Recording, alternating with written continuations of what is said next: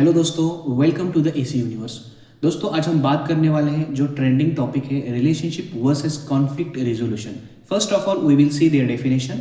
Relationship is the connection between peoples on the basis of mutual understanding and trust and respect. दोस्तों, relationship यानी सिर्फ साथ रहना नहीं है, इसका मतलब है एक दूसरे को समझना, एक दूसरे का सम्मान करना और एक दूसरे के ऊपर भरोसा करना।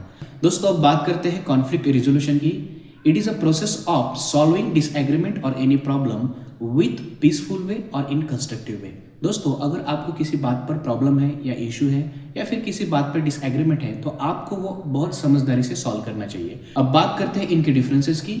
रिलेशनशिप एक इमोशनल बेस्ड कनेक्शन है, जबकि कॉन्फ्लिक्ट रिजोल्यूशन ये आपके डिसएग्रीमेंट या फिर प्रॉब्लम पे डिपेंड होता है।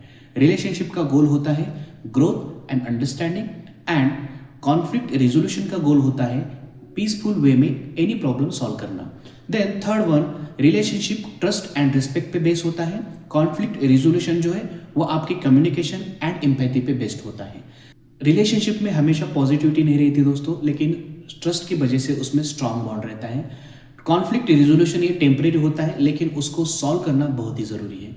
दोस्तों, अब बात करते हैं कॉन्फ्लिक्ट रिजोल्यूशन के कुछ सिंपल स्टेप की जो आपको प्रॉब्लम सॉल्व करने में या फिर डिसएग्रीमेंट सॉल्व करने में बहुत मदद करते हैं।